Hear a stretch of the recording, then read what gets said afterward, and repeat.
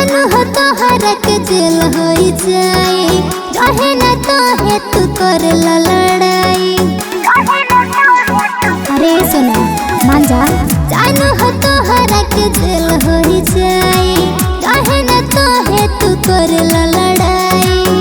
नहीं डरे पुलिस थाना से छपेला रोज अखबार में नमवा हई गुणवान घराना के। हमरा जिला मेरे पगली रंगदारी चलेला गोड़ावाना के बुझाई।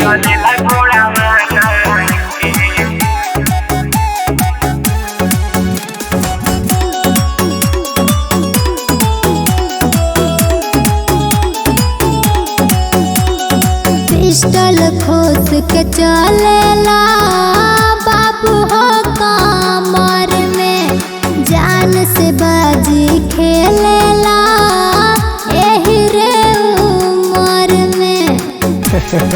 सुनो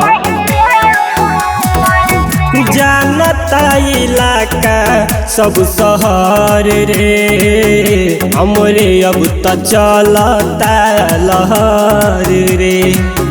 इहे काम है तोहार बरदाना के। छपेला रोज अखबार में नमवा हई गुणवान घराना के।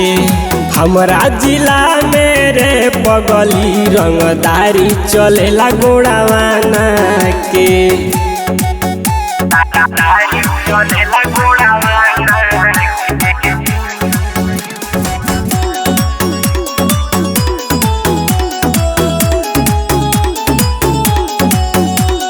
बन गईला अपराधी लेके हाथ में हथियार, ना सोचला होई कुछ तो के का होई हमार।